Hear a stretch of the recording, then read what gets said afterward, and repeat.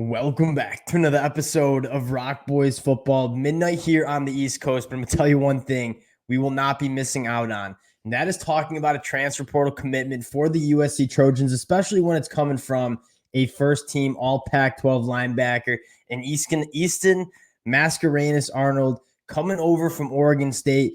Watched a little bit of this film the other night, and so I got a lot of talking points on Easton Mascarenas-Arnold, and this is a guy that is just kind of a magnet to the football and a true leader in the middle of that Oregon State defense. You take a look at the film and even just the numbers from 2023, over 100 tackles, 6.5 TFLs, had 2 sacks, 2 interceptions. This is a playmaker. This is a true difference maker on the defensive side of the football and an absolute hammer against the run. Really excited to talk about Mascarenas-Arnold, talk about his older brother, Achilles Arnold, who I would assume we'll be talking about at least Sunday morning in terms of his commitment to USC. Really fired up to get into it. Before we do, just want to say thank you to you guys and a special shout out, as always, to the USC fans. This has been a program that has just been a blast for me to not only talk about, but talk with you guys in the comment section. The amount of support you guys have shown the boys, all the fight-ons, I really do appreciate it. So if you guys do enjoy the content, consider subscribing to the channel. Again, the support means a ton to the boys. Without further ado, let's get into Easton Mascarenas-Arnold. The one thing I love is he's coming over from Oregon State. If there's one thing that you really envy about Oregon State, especially under Jonathan Smith, was these guys were tough as nails, they were disciplined, and they tackled really well. And that is exactly what Easton Mascarenas-Arnold kind of brings to the table. Again, the numbers, absolutely outstanding. 107 tackles, 6.5 TFLs, 2 sacks, 2 picks. He gets it done in terms of the box score. But when you turn on the film, like a couple things that really stand out is the instincts are absolutely insane. And he plays with his hair on fire. But it's not like Tackett Curtis hair on fire. It's like a controlled aggression. And that's exactly what you want from your Mike linebacker, is really able to operate in space well. But he's also really good at operating in the box, kind of picking through traffic, making plays. Those are, I mean, when you look at linebackers and what you want guys that can go sideline to sideline. Even going into the Big Ten, like you still have to deal with a lot of offenses that have speed and that are going to stretch you out. But you're also going to play offenses like Wisconsin and Michigan that are going to try to hammer it on you too.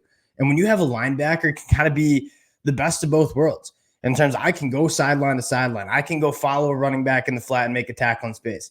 But I can also take on blocks, stack and shed, and make plays in the box. That's kind of what Easton Mascarenas-Arnold did. And we always say it. Oregon State was a Big Ten team playing out in the Pac-12. And so you're really excited to get their best linebacker coming to USC as you move into the Big Ten. Really big get in that department. Looking at some of the numbers in terms of Easton Mascarenas-Arnold in the run game, I mean, true hammer in the run game. 29 run stops on Oregon State. That was almost double than any other player on Oregon State had last year. Average depth of tackle, something we talk about a lot in terms of winning at the point of attack, making your plays at or behind the line of scrimmage.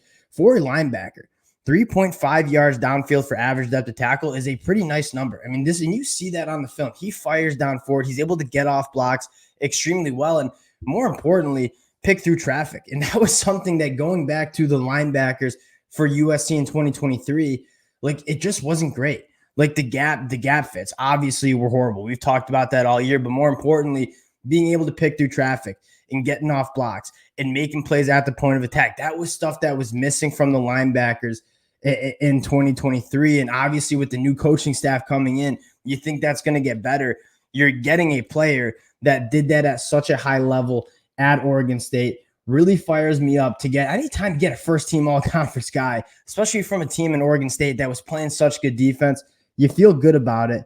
Now to kind of recap what was a really busy weekend in the transfer portal for USC, want to just give some of my takes on some of the other players that were in town. And obviously we got to talk about the older brother, Achilles Arnold, who again, I would think we're going to hear some news Sunday morning, maybe even when I go to bed Saturday night. Achilles Arnold, a guy that's played a ton of football. You take a look at what he did in 2023. Another one of those guys that kind of made this Oregon State defense special in terms of the discipline, in terms of tackling in space. Achilles Arnold, 60 tackles, 6 passes defended, 2 interceptions, kind of a pro's pro, and a guy that's just seen a lot of football and will bring some much needed experience and discipline into the back end. You look at that Oregon State defense and you look at the leaders of that defense, there's a very good argument that Easton Mascarenas-Arnold and his older brother, Achille Arnold, were kind of those kind of guys. If you can take some of that culture and put it in that USC defense, I think a lot of USC fans would be fired up about this. Now, this is the one that really excites me. Well, we're going to talk a little bit about Will Howard, someone we've talked about a lot, but someone who's probably flying a little bit under the radar in terms of you have the Oregon State guys and you have Will Howard on campus. Kamari Ramsey quietly making a visit from USC to USC, and this is a guy that I absolutely love in the transfer portal. I'm hoping we get to talk about his commitment in the very soon future. Very good in coverage as a safety, a guy that can do a lot of different things. You'll see him walk in the box. You'll see him play the nickel. But most importantly, when you look at the numbers, two things stick out. One, faced 23 targets this year, only gave up 11 catches. That's less than 50% completion percentage when Kamari Ramsey was targeted. He's a young player only going into year 3, so there's a lot of meat left on the bone.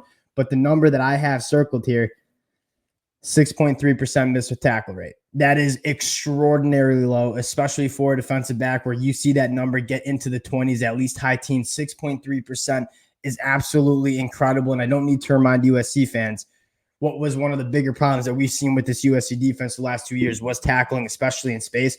Kamari Ramsey, physical at the point of attack, can tackle in space, and is very good in coverage. He's checking a lot of the boxes that you want in a defensive back, a guy that's versatile, that can do a lot of different things, would be a perfect fit in the D'Anton Lynn defense. And obviously, you have that connection with D'Anton Lynn. He knew how to use Kamari Ramsey. I think Kamari Ramsey probably wants to play for D'Anton Lynn again. That would be a great fit. And let's have the conversation about Will Howard really quickly. And many of you guys who've been listening for the last couple of weeks, you know I'm a huge fan of Will Howard, right? This guy is an absolute gamer, right? Is he the cleanest pocket passer? Absolutely not. And what excites me the most about Will Howard is he checks at pretty much every single box you want to see checked for a quarterback, right? Big frame, big body, an athlete, but more importantly, the intangible stuff, right? Leader of a locker room. He's an all-academic guy. He's an absolute gamer, and he's a winner. And the most importantly, what do you want in your quarterback? You want a winner, a guy that in 2022 won a Big 12 championship. In the senior year at Kansas State, battling through injuries, led them to a very, very good season. He's won a lot at Kansas State with not a lot of talent around him. Imagine what Will Howard looks like with all the offensive playmaking ability around a guy like Will Howard. And you talk about the culture that you want to see instilled at USC. I think Will Howard really kind of resembles a lot of that kind of culture that you want. So Will Howard trending to USC, I think it's a perfect fit. And going back to kind of maybe some meat on the bone in terms of him being a pocket passer, well, guess what? He's going to one of the best quarterback developers that we've seen at the college football level. So you have a guy like Will Howard that's checking so many boxes and maybe has that maybe a little bit more polishing up to do in terms of being a pocket passer. Man, Lincoln Riley maybe can get that out of him. And if you do get it out of him, you're looking at one of the best quarterbacks in the country. I already think he is one of the best quarterbacks in the country. And if he comes to USC, gets developed by Lincoln Riley, we're certainly talking about one of the best quarterbacks in the country. Will Howard, I think, resembles a lot of what USC wants in the locker room. This one would fire me up in a massive way. We'll close it out there again. Pat, we are at 12:04 midnight for the boys on the East Coast. But again, have to hop on, talk a little USC football, mostly because you guys show a ton of support. Can't thank you guys enough. Again, if you do enjoy the content, consider subscribing to the channel, and we'll talk to y'all later.